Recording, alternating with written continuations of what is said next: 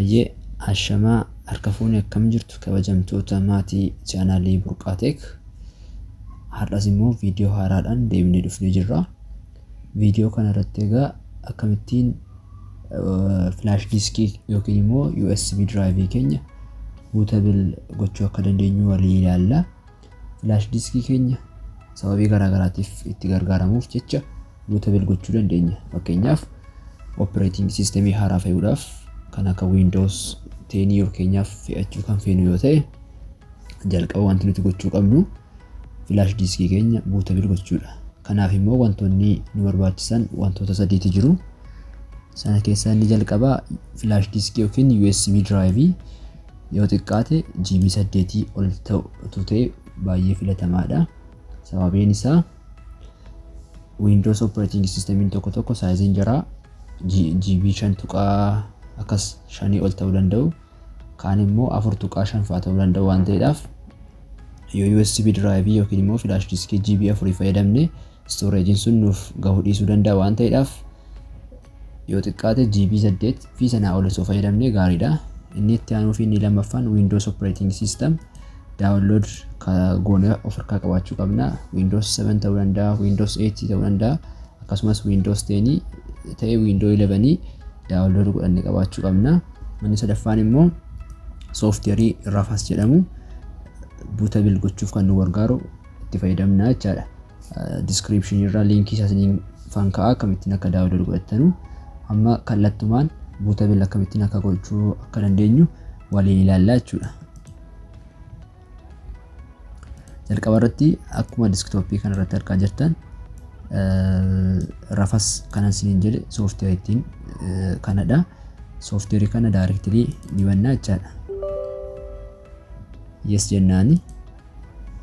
Software kana ergi bannee booddee jalqaba irratti device kan jedhu kana new volume kee 8GB kun flash kiyyadha. Flashiin fayyadamaa jiru kanadha. Directly detect gochuudhaan kan software flash argate jalqaba irratti yeroo hunda kan nuti select gochuu qabnu egaa flash drive keenyadha. Itti aansuudhaan boot selection kan jedhu kana select gochuu qabna jechaadha. Select kan nuti goonu faayila operating system keenya sana disk image yookiin immoo ISO file formatiin kan jiru select goona jechuudha. Kana gochuufis fuuldura kana select kan jedhu jira. Isarratti kilikii goona.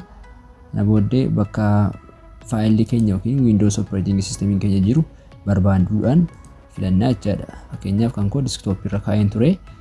Asiin deemuudhaan desktop irra selecting godha jechaadha. Open jettuuni automatically inni iyyuu kunoo akka agartan kana nuuf galcheera jechuudha.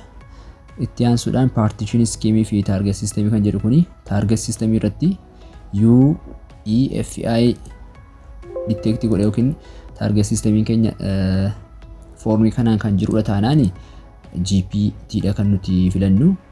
Yeroo baay'ee wanta kan ofuma isaatii kan inni setup godhu nuti jiruun nurraan eegamu. Akka carraa ta'eeti immoo as biratti BIOS legacy nuuf baase jennaan kan nuti filachuu qabnu MBR ta'a jechaadha. By default garuu yeroo baay'ee ofiif match godheetu kan inni sistemachaa wajjin match godhee partition scheme isaas bira akkam akka ta'u qaba kan inni nu kaa'u. So UEFI taanaan GPT fayyadamna. Ta'uu baannaan immoo yoo BIOS legacy taanaan immoo MBR select goona jechuudha. Kanarraa kan hafe wanti biraa wanti nuti jijjiiruu hin jiraatu. Directly wanti nuti gochuu qabnu start goonee jalqabsiisuudha jechuudha. Booting isaa jechuudha. Egaa gaafa nuti start gochuudhaan booting kana jalqabsiisuuf deemnu faayiloota yookiin immoo dokumentoota walii galaa nuti flash disk keenya irra qabnu erase godha waan ta'eedhaaf duraan dursinee flash keenya irraa faayila qabnu hunda isaa backup copy goonee desktop keenya irra kaa'achuu qabna, computer keenya irra kaa'achuu qabna jechuudha. Sababiin isaa bootabiliin kun gaafa ta'e jedhu faayiloota flash sana irra jiran hunda isaanii erase godha yookiin immoo irraa haqa akka haarattidha. Kan inni Windows kana irratti bootu godhe nuuf waan ta'eef duraan dursitanii faayila keessan backup godhachuu hin dagatinaa. Itti aansuudhaan okay jettuuni.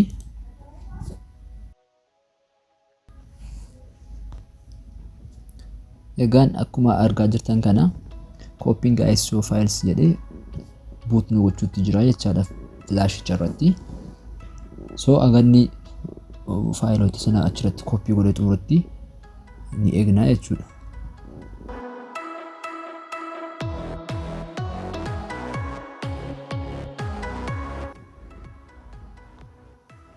Egaan haala kana fakkaatuun faayilaa keenya boot godhee nuuf qopheessee jira sooftiweerichi. You have just created a media that uses the UEFI. Already wantu xumurameera close jennaan asii itti aansuudhaan start osoo hin taane close jenneetii baanaa jechuudha. Isaa kanarraa kaasee flaashiin keenya bootable ta'ee jira. Kana booddee sooftiweerii kana wiindoo immoo wiindoo barbaadnee kompiitara keenya irratti fe'uudhaan itti fayyadamuutii ni dandeenya jechuudha.